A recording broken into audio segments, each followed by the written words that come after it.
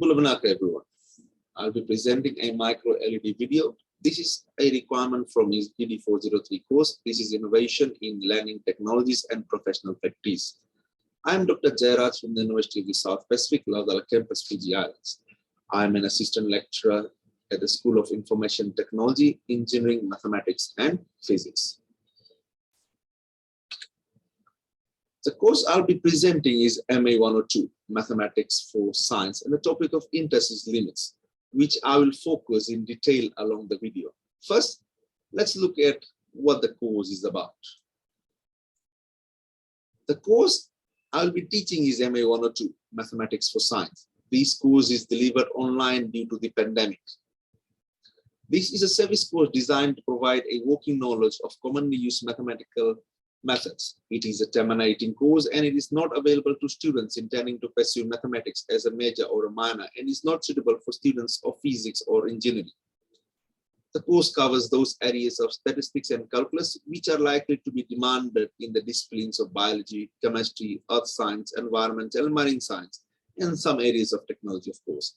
Now, looking at the course learning outcomes. On successful completion of this course, students should be able to, 1, develop problem-solving skills, 2, apply different techniques for solving systems of linear equations, 3, apply principles of differentiation and integration to solve simple life problems, which I'll be focusing on, and 4, apply basic statistical techniques to organize, describe, analyze data to solve real-life problems. Moving on. The concept map of calculus is as follows, which help me in the determining of the topic of interest. There are 5 main branches of calculus: functions, limits, continuity, differentiation, and integration. These are, of course, further divided into various subtopics. The concept to be taught is limits. It is further divided into 3 subtopics. The learning outcomes are evaluate limits of polynomials and rational functions at infinity and find the derivative of functions using the definition. Let's look at the brief summary of the topic. A limit tells us that the value of a function approaches as the function inputs gets closer and closer to some number. The idea of a limit is the basis of calculus. And here is a fair idea of practical applications on limits, rates of change, continuously compounded interest, defining all irrational numbers like pi, derivatives, and integrals of all depend on limits. Limits infinity are useful for describing the end behavior of a function.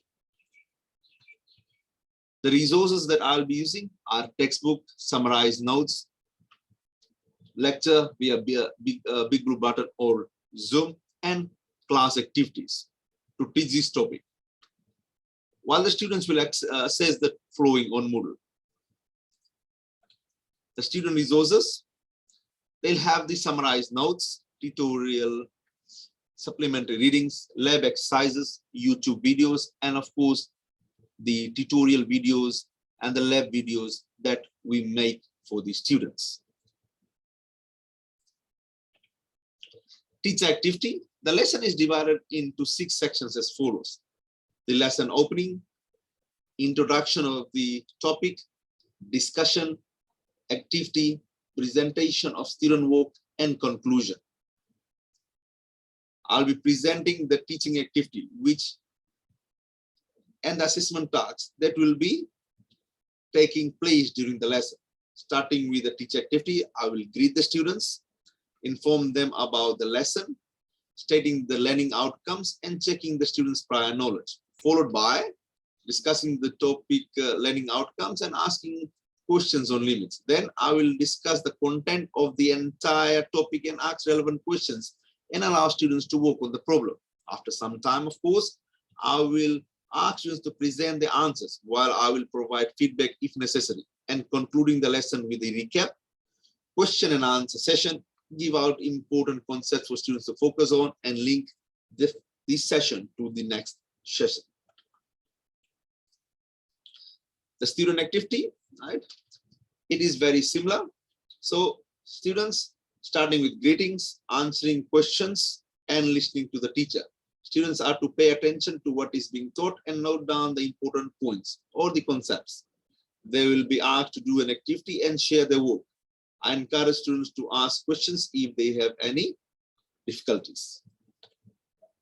The assessment task. This table looks at the assessment task involved during the lesson. Question and answer session, brainstorming activity, problem solving activity based on limits, and critical thinking activities. To test student knowledge on the topic, they are asked to complete the online quiz on Moodle, which will be based on the formative assessment. It is mainly multiple choice type questions. The online quiz allows students to improve and understand the concepts taught. This promotes learning and students can easily gain marks with less coverage being tested. There will be a total of 10 questions with a time allocation of 1 hour.